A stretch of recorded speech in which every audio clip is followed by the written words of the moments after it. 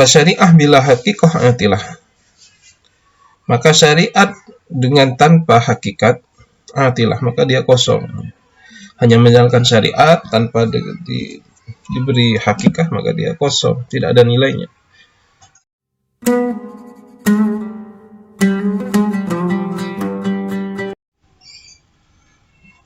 Bismillahirrahmanirrahim. Assalamualaikum warahmatullahi wabarakatuh. Bismillah walhamdulillah wassalatu wassalamu ala rasulillah wa ala alihi wa sahbihi wa man walah, amma ba'du. Alhamdulillah rabbil alamin, kita bertemu lagi pada majelis ilmu ini. Mudah-mudahan teman-teman selalu dalam keadaan sehat. Mudah-mudahan kita selalu diberikan taufik, hidayah, ma'unah oleh Allah Subhanahu wa ta'ala, sehingga kita bisa terus mencari ilmu dan mengamalkannya, serta bisa menebar kebaikan untuk orang-orang lain. Kita akan meneruskan pembacaan kitab Bidayatul Hidayah karangan Al-Imam Al-Ghazali. Kemarin kita sudah membahas tentang tujuan kita dalam belajar atau mencari ilmu. Kita sudah menerangkan hal-hal yang harus kita hindari, tujuan-tujuan yang harus kita hindari dalam mencari ilmu, dan bahwasanya tujuan kita dalam mencari ilmu itu adalah untuk mencari hidayah, yaitu petunjuk dari Allah Subhanahu wa ta'ala.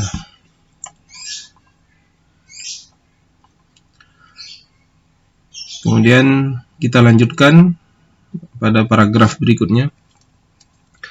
Qala al-musannif rahimahullahu ta'ala wa nafa'ana bihi wa bi'ulumihi wa amaddana bimadadihi wa hafaza alaina bibarakatihi wa asrarihi fid darain, amin.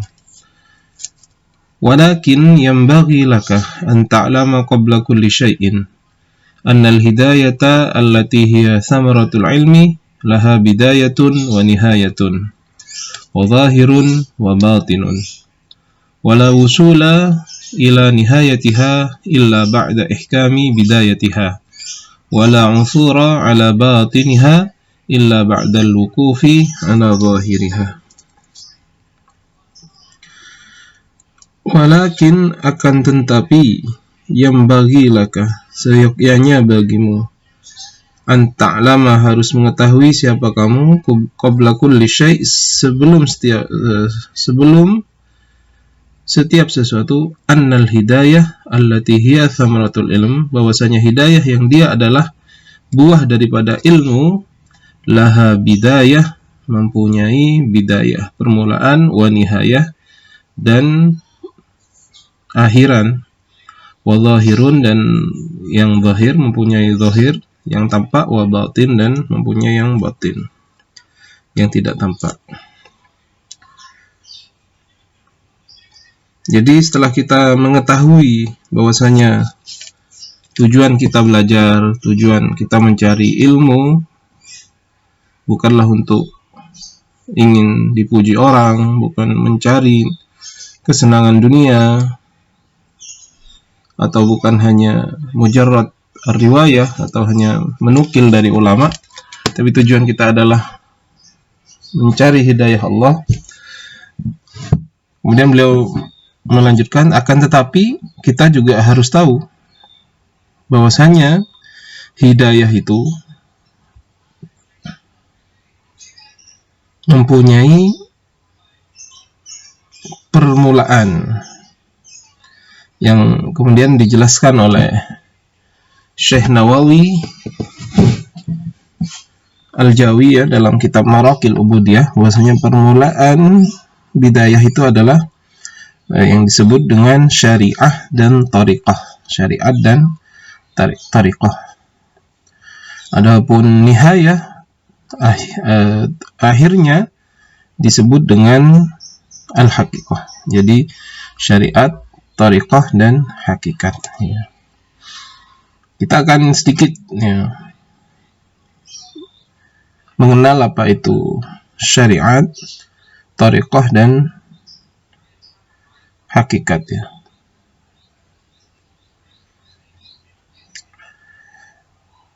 Adapun syariat,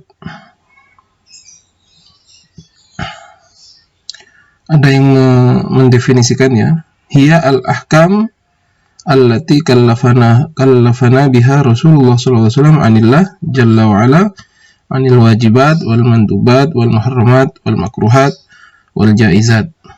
Adapun yang disebut dengan syariah ya, menurut Imam As-Sawi adalah semua hukum yang telah diturunkan oleh Allah melalui Rasulullah yang menyangkut perihal-perihal yang wajib, juga perihal-perihal yang disunnahkan, hal-hal yang diharamkan, hal-hal yang dimakruhkan, dan juga hal-hal yang dibolehkan. Jadi mengamalkan syariat itu adalah mengerjakan seluruh perintah-perintah Allah, meninggalkan larangan Allah, dan juga segala hal yang menyangkut dengan hukum di sana, baik itu mandub, muharram ataupun makruh.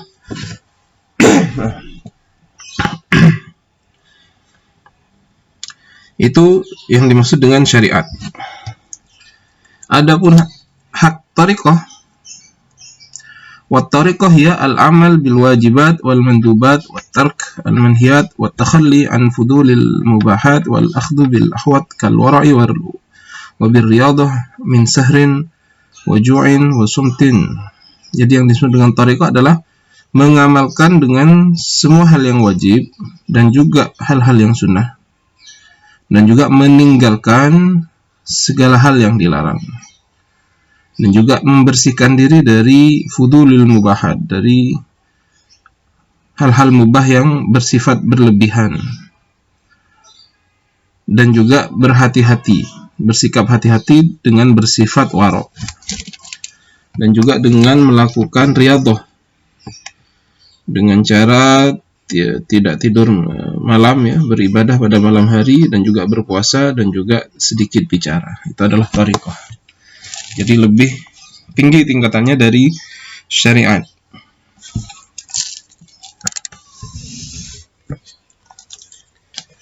Adapun hakikat, wal haqiqatu fahmu haqaiqil asya ka syuhudil asma was sifat wa syuhudid dzat wa asrarul Qur'an wa asrarul man'i wal jawas wal ulum al ghaibiyah allati la tuktasab min mu'allim wa innama tufhamu anillah. Kama qala ta'ala in tattaqullaha yaj'al lakum furqana. Yang dimaksud dengan hakikat adalah, hakikat dari segala sesuatu adalah syuhudul asma. Kita melihat al-asma was sifat. Bisa menyaksikan al-asma was sifat, dan juga syuhudul dzat. Kita bisa melihat dzat. Wa asrarul Qur'an, dan juga kita mengetahui rahasia-rahasia Al-Qur'an. Wa asrarul man'i, kita mengetahui rahasia-rahasia larangan. Dan juga hikmah dari al-jawas, pembolehan, larangan dan perintah Allah. Dan juga kita mengetahui al-ulum al-ghaibiyah, ilmu-ilmu ghaib yang itu tidak kita peroleh dari seorang guru, tetapi kita langsung mendapatkannya dari Allah Subhanahu wa ta'ala. Jadi ini sudah tingkatan tertinggi ya. Jadi ma'rifatullah, sudah mengenal Allah Subhanahu wa ta'ala, ini yang disebut dengan hakikat. Tentunya syariat, tariqah, dan hakikat ini harus dijalankan seluruhnya, karena ini disebutkan adalah bersifat talazum, bersifat saling berhubungan ya. Karena disebutkan dalam kitab ini, fasyari'ah bila haqiqah atilah. Maka syariat dengan tanpa hakikat atilah, maka dia kosong. Hanya menjalankan syariat tanpa diberi hakikah, maka dia kosong, tidak ada nilainya. Tidak ada nilainya. Wa haqiqah bila syariah, dan hakikat dengan tanpa syariat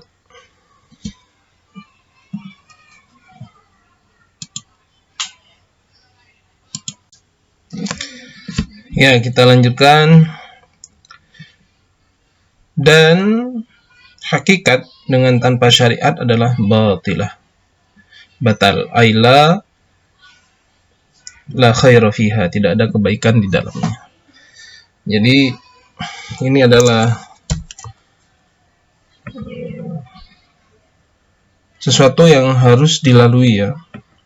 Jadi harus syariat dijalankan, hakikat thariqah dijalankan, dan juga nantinya ketika sudah dijalankan dengan baik, kita akan sampai kepada hakikat ini, hakikat ya.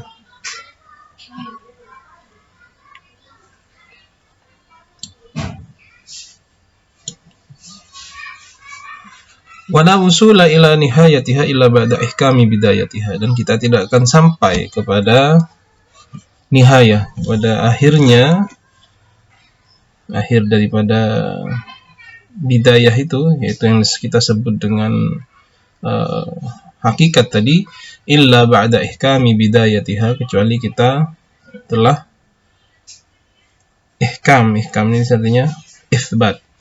Jadi ketika kita sudah menetapi, kita sudah menguatkan pada permulaannya. Wala unsura, dan kita tidak akan menemukan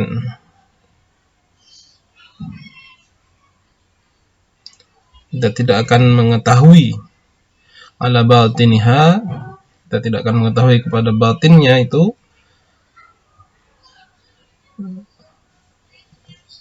hidayah illa ba'dal wuqufi ala zahiriha, kecuali ketika kita sudah memahami atas zahirnya.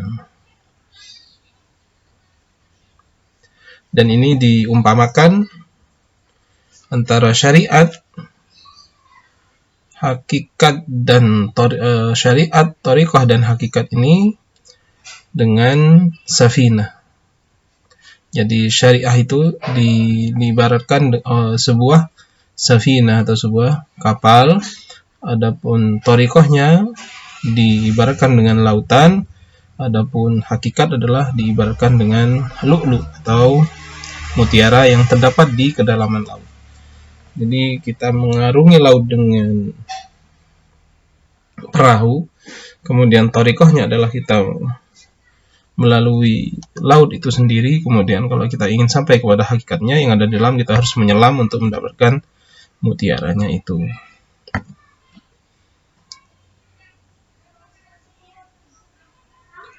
Wa ana musyirun 'alaika bi bidayatil hidayah litujarriba fiha nafsak wa tamtahina biha qalbak.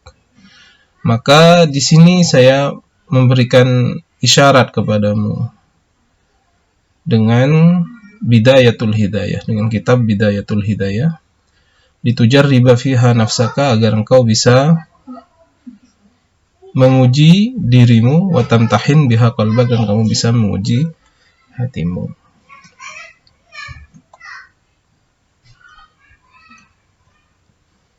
Jadi pada intinya di sini kita harus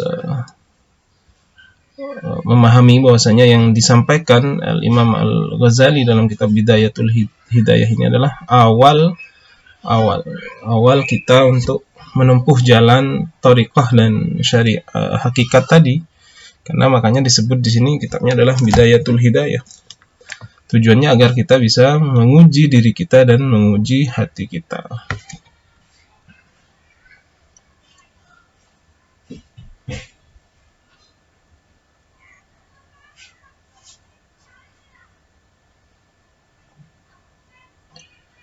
Sampai di sini dulu. Kita lanjutkan insyaallah pada pertemuan yang berikutnya. Wallahu a'lam.